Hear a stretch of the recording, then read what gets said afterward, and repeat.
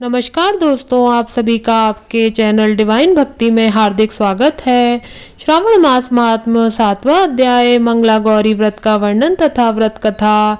ईश्वर बोले, हे सनत कुमार, अब मैं अति उत्तम भौम व्रत का वर्णन करूंगा, जिसके अनुष्ठान करने मात्र से वैधव्य नहीं होता है। विवाह होने के पश्चात 5 वर्षों तक यह व्रत करना चाहिए। इसका नाम मंगला गौरी व्रत है। ये पापों का नाश करने वाला है। विवाह के पश्चात प्रथम श्रावण शुक्ल पक्ष में मंगलवार को यह व्रत आरंभ करना चाहिए। केले के खंभों से सुशोभित एक पुष्प मंडल बनाना चाहिए और उसे अनेक प्रकार के फलों तथा रेशमी वस्त्रों से सजाना चाहिए। उस मंडप में अपने सामर्थ्य के अनुसार देवी की स्वर्णमयी अथवा अन्य धातु की बनी प्रतिमा स्थापित करनी चाहिए। उस प्रतिमा को 16 उपचारों से, 16 दूर्वा दलों से, 16 चावलों से, 16 चने की दालों से मंगला गौरी नामक देवी की पूजा करनी चाहिए और 16 बत्तियों से 16 दीपक जलाने चाहिए। दही तथा भात का नैवेद्य भक्ति पूर्वक अर्पित करना चाहिए। देवी के पास ही पत्थर का सील तथा लौड़ा स्थापित करना चाहिए। 5 वर्ष तक इस प्रकार से करने के पश्चात उद्यापन करना चाहिए। माता को वायन प्रदान करना चाहिए, जिसकी विधि आप सुनिए। अपने सामर्थ्य अनुसार एक पल प्रमाण स्वर्ण की अथवा उसके आधे प्रमाण की अथवा उसके भी आधे प्रमाण की मंगला गौरी की प्रतिमा निर्मित करानी चाहिए। अपनी शक्ति के अनुसार स्वर्ण आदि के बने टंडुल पूरित मात्र पर वस्त्र तथा रमणीय कंचू की ओढ़नी रखकर उन दोनों के ऊपर देवी की प्रतिमा स्थापित करनी चाहिए। पास में चांदी से निर्मित सिल तथा लौड़ा रखकर वायन प्रदान करना चाहिए। इसके बाद 16 सुहागनों को प्रयत्न पूर्वक भोजन करवाना चाहिए। हे विप्र, इस विधि करने पर 7 जन्मों तक सौभाग्य बना रहता है और पुत्र आदि के साथ संपदा विद्यमान रहती है।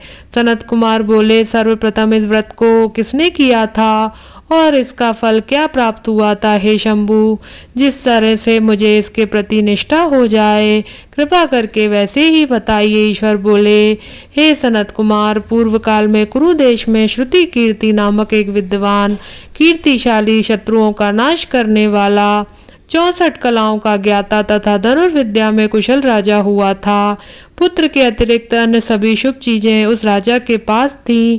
अतः वह राजा संतान के विषय में अत्यंत चिंतित हुआ और जब ध्यान पूर्वक देवी की आराधना करने लगा, तब उसकी कठोर तपस्या से देवी प्रसन्न हो गई और उससे ये वचन बोली, हे सुब्रत, वर मांगो। श्रुत कीर्ति बोला, हे देवी, यदि आप मुझ पर प्रसन्न हैं तो मुझे सुंदर पुत्र दीजिए। हे देवी, आपकी कृपा से अन्य किसी भी वस्तु का अभाव नहीं है। उसका ये वचन सुनकर पवित्र मुस्कान वाली देवी ने कहा, हे राजन, तुमने अत्यंत दुर्लभ वर मांगा है, फिर भी कृपावश में तुम्हें अवश्य दूंगी। किंतु हे राजन, सुनिए, यदि परम गुणी पुत्र चाहते हो तो वह केवल 16 वर्ष तक जीवित रहेगा और यदि रूप तथा विद्या से विहीन पुत्र चाहते हो तो दीर्घजीवी होगा।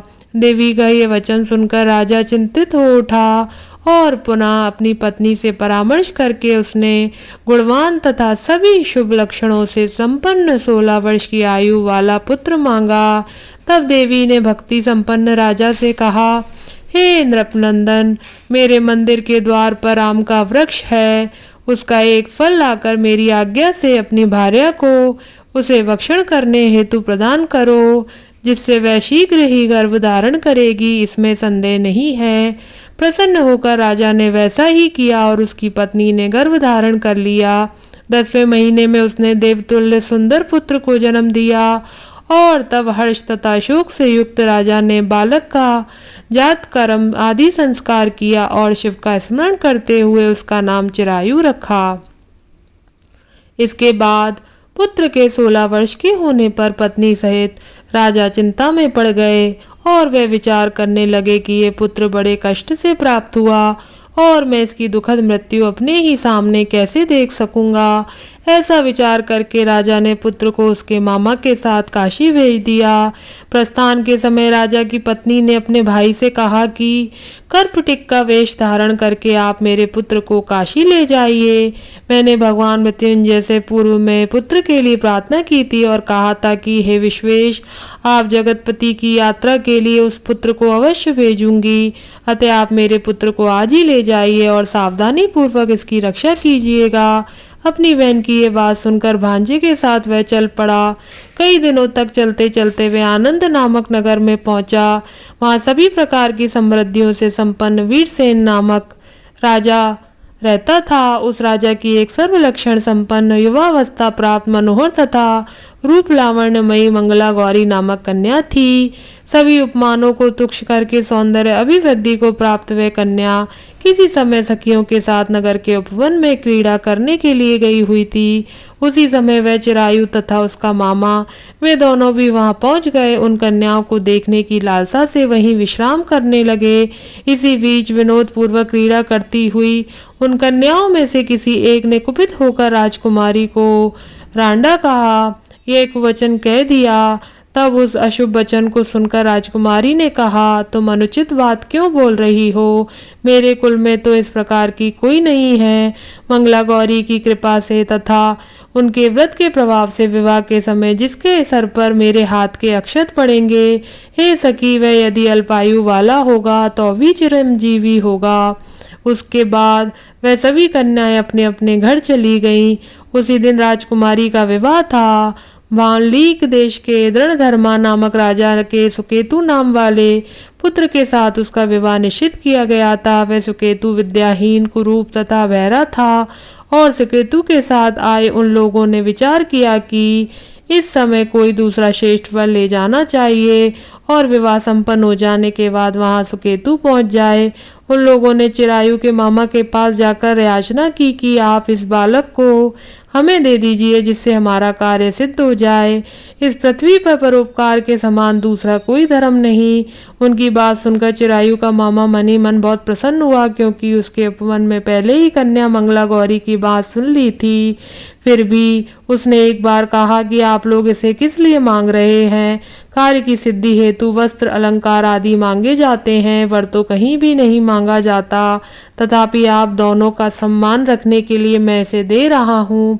इसके बाद चिरायु को वहां ले जाकर उन लोगों ने विवाह संपन्न कराया।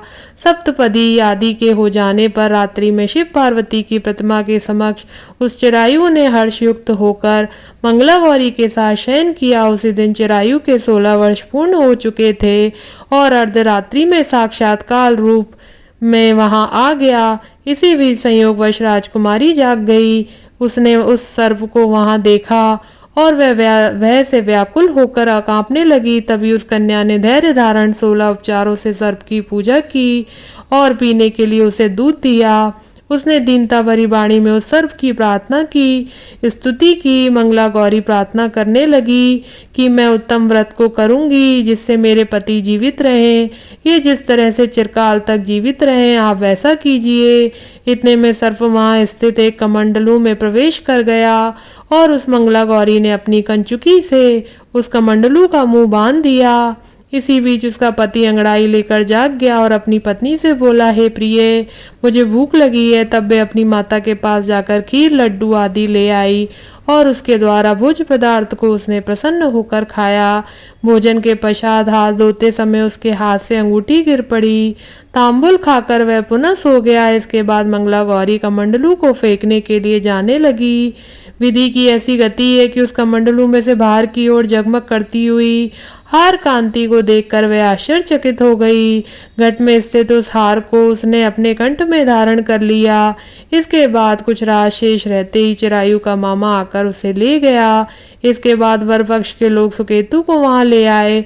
उसे देख मंगला गौरी ने कहा कि ये मेरा पति नहीं है। तब उन सभी ने उससे कहा कि हे शुभे, तुम ये क्या कह रही हो? यहाँ तुम्हारा कोई परिचायक हो तो उसे हम लोगों को बताओ। मंगला गौरी बोली, जिसने रात्रि में 9 रत्नों से बानी अंगूठी उसकी उंगली में उसे डालकर परिचायक निशानी देख लें।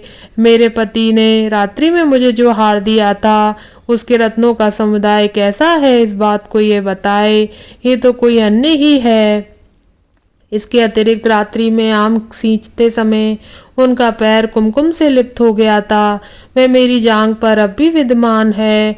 उसे आप लोग शीघ्र देख लें। साथ ही रात में परस्पर भाषण तथा भोजन आदि जो कुछ किया गया था उसे भी ये बता दें, तब यह निश्चय ही मेरा पति है। इस प्रकार उसका वचन सुनकर सभी ठीक है कहने लगे, किंतु जब एक भी बात ना मिली तब सभी ने सुकेतु को उसका पति होने से निषिद्ध कर दिया और वर पक्ष वाले जिस तरह से आए थे उसी तरह से चले गए। इसके बाद अपने वंश को बढ़ाने वाले महान यश से संपन्न तथा परम मनस्वी मंगला गौरी के पिता ने अन्न पान आदि का सत्र चलाया। उन्होंने वर पक्ष का वृतांत कानों कान सुन लिया कि स्वरूप से कुरूप होने के कारण लोगों ने किसी अन्य को वर के रूप में आदर पूर्वक लाया गया था। तब उन्होंने अपनी कन्या को पर्दे के भीतर बिठा दिया। उसके बाद 1 वर्ष बीत जाने पर यात्रा करके चिरायु अपने मामा के साथ यह देखने आया कि विवाह के बाद वहाँ क्या हुआ। तब उसे गवाक्ष के भीतर से देखकर वह मंगला गौरी अत्यंत प्रसन्न हुई और माता पिता से बोली कि मेरे पति आ गए हैं। राजा ने अपने स्वजनों को बुलाकर पूर्व में कहे गए सभी परिचायकों को निशानी को देखकर मंद मुस्कान वाली अपनी कन्या चिरायु को सौंप दी। राजा ने शिष्ट जनों को साथ लेकर विवाह का उत्सव कराया। इसके बाद राजा वीरसेन ने वस्त्र आभूषण आदि, सेना, घोड़े, रथ तथा अन्य भी बहुत सी सामग्रियां देकर उन्हें विदा किया। उसके बाद कुल को आनंदित करने वाला वह चिरायु पत्नी तथा मामा को साथ लेकर सेना के साथ अपने नगर पहुंचा। लोगों के मुख से आया हुआ देखकर सुनकर उसके माता पिता को विश्वास नहीं हुआ। उन्होंने सोचा कि प्रारब्ध अन्यथा कैसे हो सकता है। इतने में वह अपने माता पिता के पास आ गया और स्नेह से परिपूर्ण वह चिरायु भक्ति पूर्वक उनके चरणों में गिर पड़ा। तब अपने पुत्र का मस्तक सूंघ कर उन दोनों ने परम आनंद प्राप्त किया। पुत्र वधू मंगला गौरी ने भी सास ससुर को प्रणाम किया। तब सास उसे अपनी गोद में बिठाकर सारा वृतांत शीघ्रता पूर्वक पूछने लगी। हे माँ मुने। तब पुत्र वधू ने भी मंगला गौरी के उत्तम व्रत का महात्म तथा जो कुछ घटित हुआ था वह सब वृतांत बताया। हे सनत कुमार, मैंने आपसे इस मंगला गौरी का व्रत का वर्णन किया। जो कोई भी इसका श्रवण करता है अथवा जो इसे कहता है उसके सभी मनोरथ पूर्ण हो जाते हैं, इसमें संदेह नहीं। सूत जी बोले, हे ऋषियों, इस प्रकार शिव जी ने सनत कुमार को यह मंगला गौरी व्रत बताया और उन्होंने सभी कार्यों को पूर्ण करने वाले इस व्रत को सुनकर महान आनंद प्राप्त किया। इस प्रकार श्री स्कंद पुराण के अंतर्गत ईश्वर सनत कुमार संवाद में श्रावण मास महात्म्य में मंगला गौरी व्रत कथन नामक 7वां अध्याय पूर्ण हुआ। यदि आपको ये कथा पसंद आई हो तो आप इसे लाइक करें और अधिक से अधिक शेयर करें और मेरे चैनल को भी सब्सक्राइब करें। ओम नमः शिवाय, ओम नमः शिवाय, ओम नमः शिवाय।